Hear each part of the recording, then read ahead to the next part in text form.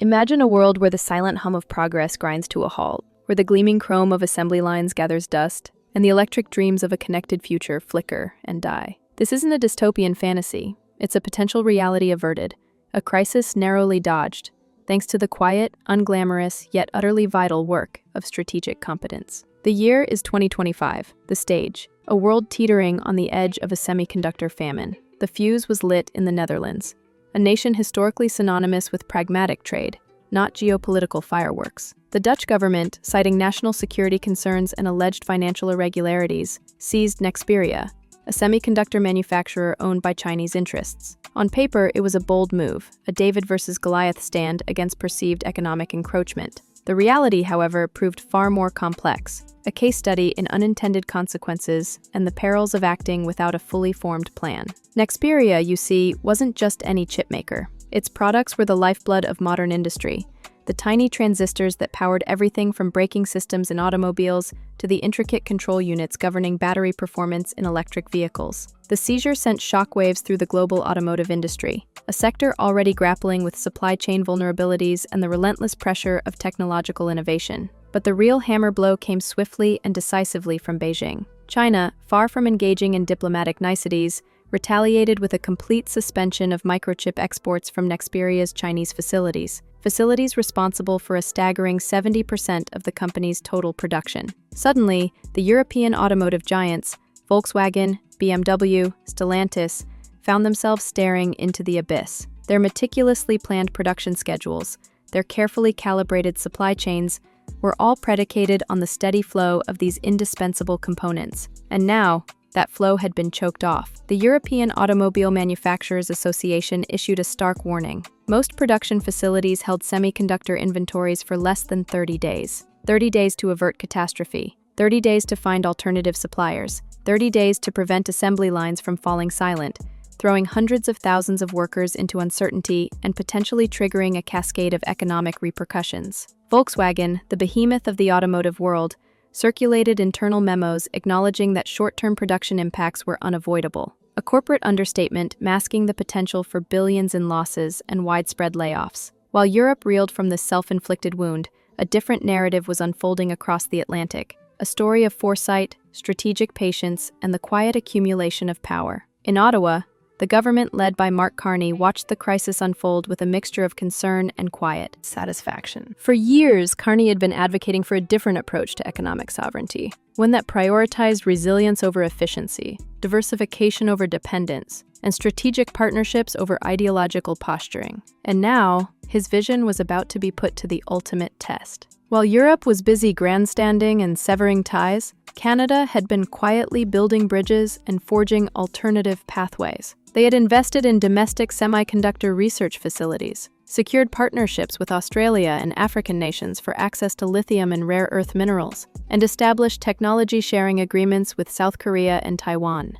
Agreements carefully crafted to avoid antagonizing China. It was a quintessentially Canadian approach, understated, pragmatic, and focused on tangible results rather than symbolic gestures. The contrast between Europe's impulsive action and Canada's calculated strategy couldn't be starker. One chose confrontation without preparation. The other chose competence without confrontation. One sought to control. The other sought to create alternatives. And as the European automotive industry descended into crisis, it was Canada that held the key to their survival. The phones in Ottawa started ringing, not with a shrill clamor of panic, but with the insistent buzz of desperation. Executives from Volkswagen, BMW, Stellantis, names synonymous with European industrial might, were on the line. Their voices a blend of urgency and thinly veiled pleading. They needed semiconductors, and they needed them now. The Canadian facilities, years in the making, were not yet fully operational, but they were far enough along to offer a lifeline, a trickle of hope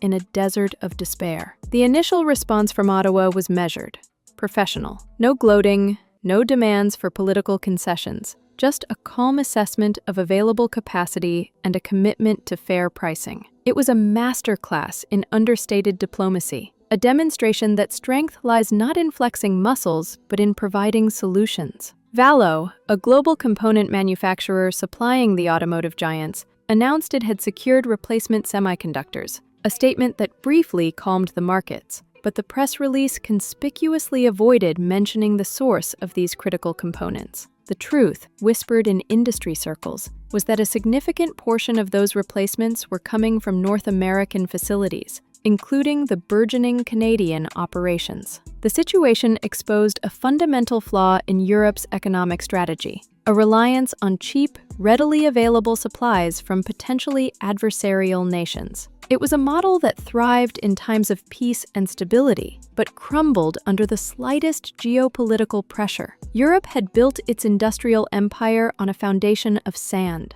and the tide was now turning. The contrast with Canada's approach was striking. While Europe chased short-term profits and outsourced its industrial base, Canada invested in long-term resilience and cultivated a network of reliable partnerships. They understood that true sovereignty wasn't about empty slogans or symbolic gestures, but about controlling your own destiny, about having the capacity to weather storms and navigate turbulent waters. The Nexperia crisis became a crucible, testing the mettle of nations and exposing their vulnerabilities. It revealed the fatal difference between strategic competence and reckless confrontation, between building bridges and burning them. And it highlighted the emergence of a new world order, one where middle powers like Canada could exert influence not through military might or economic coercion, but through foresight, innovation, and a commitment to collaboration. The crisis wouldn't last forever. Eventually, Europe would negotiate some sort of compromise with Beijing, perhaps restructuring Nexperia or finding alternative sources of supply. But the damage was done. The illusion of European industrial independence had been shattered, and the world had witnessed the consequences of prioritizing political posturing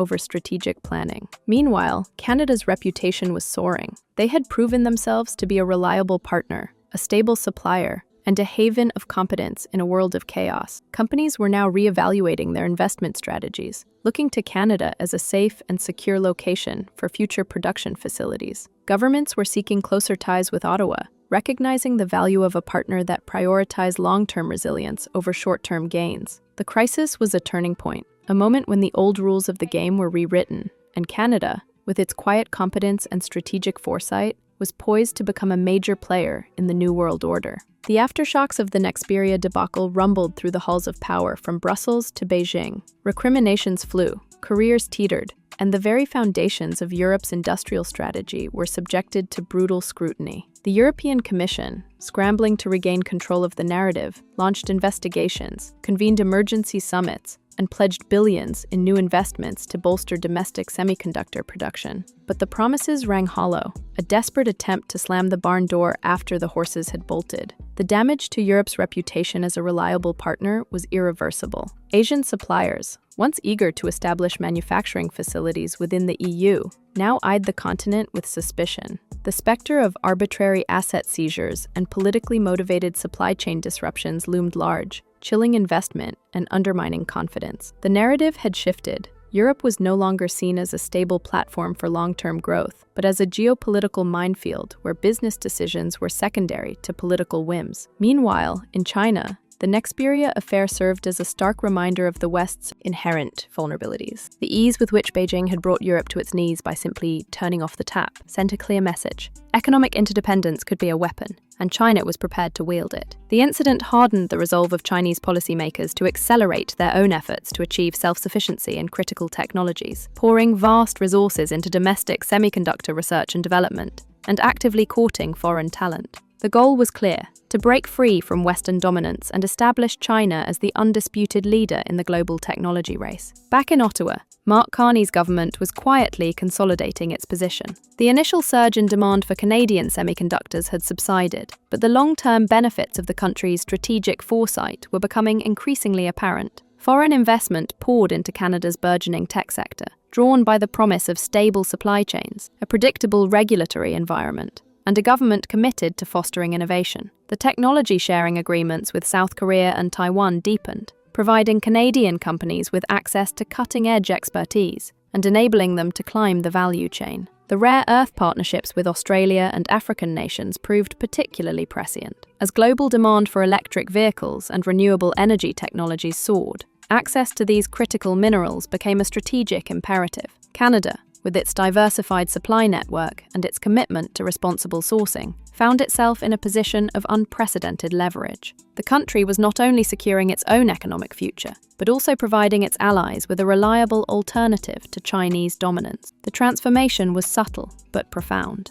Canada was no longer content to be a mere follower, passively accepting the dictates of global superpowers. It was actively shaping the international landscape, carving out a niche for itself as a trusted partner, a reliable supplier, and a champion of strategic competence. The country's success was not based on military might or economic coercion, but on its ability to anticipate future challenges, build resilient supply chains, and foster collaborative relationships. The world was taking notice. Other middle powers, inspired by Canada's example, began to reassess their own strategies. They realized that true sovereignty wasn't about choosing sides in a zero-sum game, but about building independent capacity and maintaining functional relationships with all major players. The Canadian model was becoming a blueprint for a new era of international relations, one where middle powers could punch above their weight by prioritizing patience, planning, and professionalism. The legacy of the Nexperia crisis extended far beyond the automotive industry. It served as a wake-up call,